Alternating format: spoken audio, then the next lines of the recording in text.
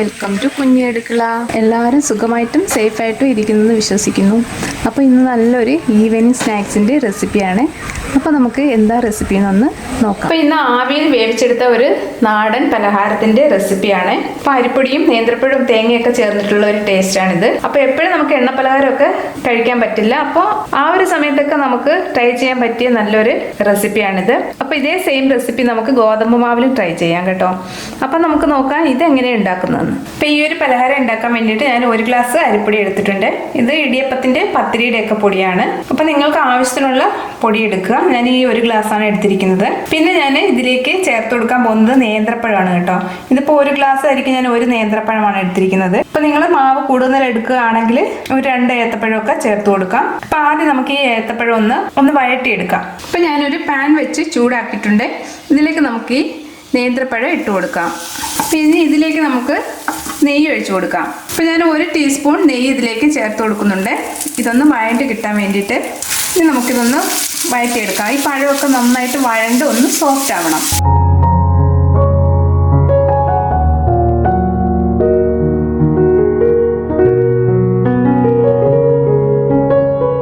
അപ്പം നെയ്യ് കയ്യിലില്ലെങ്കിൽ കുഴപ്പമില്ല കേട്ടോ. ഇച്ചിരി വെളിച്ചെണ്ണ ഒഴിച്ചു കൊടുത്താലും മതി.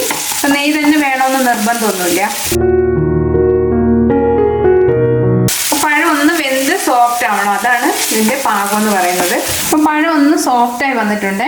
ഇപ്പോൾ പഴം അരിഞ്ഞെടുക്കുമ്പോൾ ഒരു പഴം 4ആയിട്ട് ഇതേപോലെ ഒന്ന് മുറിച്ചെടുക്കണം കേട്ടോ. ഞാനത് പറയാൻ വിട്ടുപോയതാണ്. ഇതേപോലെ ചെറിയ കഷ്ണങ്ങളായിട്ട് മുറിച്ചെടുക്കുക. ഇനി നമുക്കിതിലേക്ക് തേങ്ങ ചിരകിയത് ചേർത്ത് കൊടുക്കാം.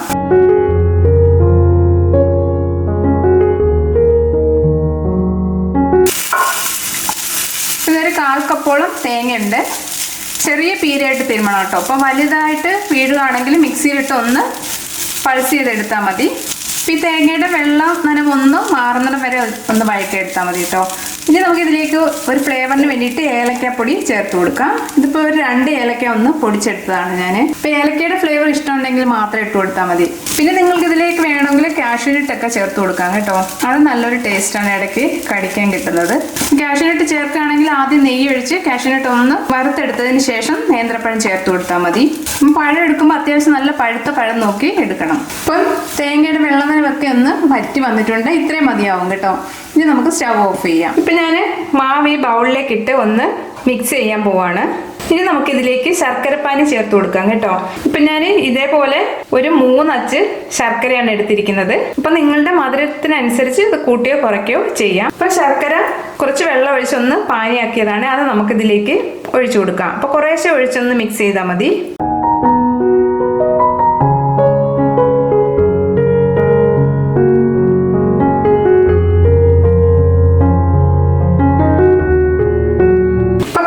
ഇല്ലാതെ മിക്സ് ചെയ്തെടുക്കണം. അപ്പോൾ ഒരുപാടങ്ങ് ലൂസ് ആവരുത് കേട്ടോ. ഒരുപാടങ്ങ് ലൂസ് ആവരുത്, അതേപോലെ തന്നെ ഒരുപാടങ്ങ് കട്ടിയാവരുത്. ഈ ഒരു പാകം മതിയാകും. നമുക്ക് പാത്രത്തിലേക്ക് ഒഴിച്ച് വെക്കാൻ പറ്റുന്ന ആ ഒരു പാകം. ഇനി നമുക്കിതിലേക്ക് നേരത്തെ തയ്യാറാക്കി വെച്ചിരിക്കുന്ന ആ നേന്ത്രപ്പഴവും തേങ്ങയും കൂടി ഇതിലേക്ക് ചേർത്ത് കൊടുക്കാം. അപ്പം അതിനു മുമ്പ് നമുക്കിതിലേക്ക് 1 നുള്ളു ഉപ്പൊന്ന് ഇട്ട് കൊടുക്കാം. ഈ മധുരം ഒന്ന് ബാലൻസ് ആവാൻ വേണ്ടിയിട്ട് അതൊന്ന് മിക്സ് ചെയ്തെടുക്കാം. ഇനി നമുക്ക് ഈ നേന്ത്രപ്പഴത്തിൻ്റെ കൂട്ട് ഇതിലേക്ക് ചേർത്ത് കൊടുക്കാം.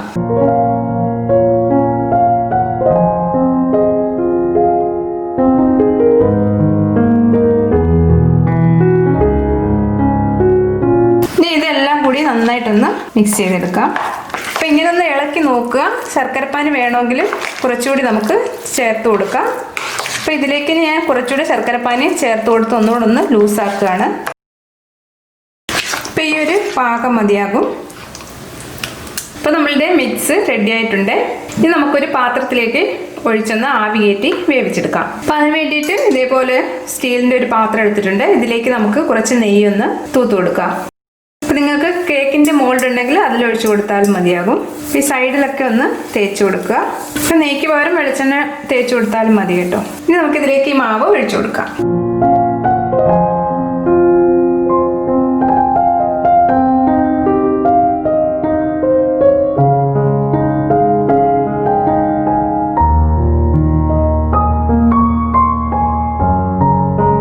ഒന്ന് ലെവൽ ചെയ്ത് കൊടുക്കാം.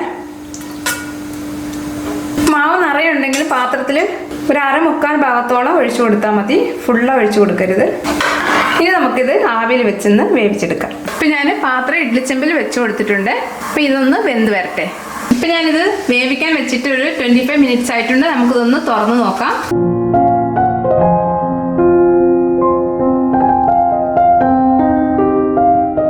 നന്നായിട്ട് വെന്ത് വന്നിട്ടുണ്ട്. ഈ ഇഡലിച്ചെമ്പിൽ നിന്ന് വെളിയിലേക്ക് എടുക്കാം. ഇനി നമുക്കിത് നല്ല തണുത്തതിന് ശേഷം നമുക്ക് ഇത് മുറിച്ചെടുക്കാം. ഇപ്പം നിങ്ങൾ ഉപയോഗിക്കുമ്പോൾ കറുത്ത ശർക്കര എടുക്കുകയാണെങ്കിൽ നല്ല കളർ കിട്ടും നമ്മളുടെ ഈ അപ്പത്തിന്. അപ്പം ഇത്രയേ ഉള്ളൂ നമ്മളുടെ ടേസ്റ്റി ആയിട്ടുള്ള ഈ ഒരു നാടൻ പലഹാരത്തിന്. അപ്പോൾ ഇടയ്ക്കൊക്കെ നിങ്ങൾ ഇതൊന്ന് ട്രൈ ചെയ്ത് നോക്കുക. ഈ റെസിപ്പി ഇഷ്ടമായിട്ടുണ്ടെങ്കിൽ ഒന്ന് ലൈക്ക് ചെയ്യാനും സബ്സ്ക്രൈബ് ചെയ്യാനും ഷെയർ ചെയ്യാനും മറക്കല്ലേ. താങ്ക്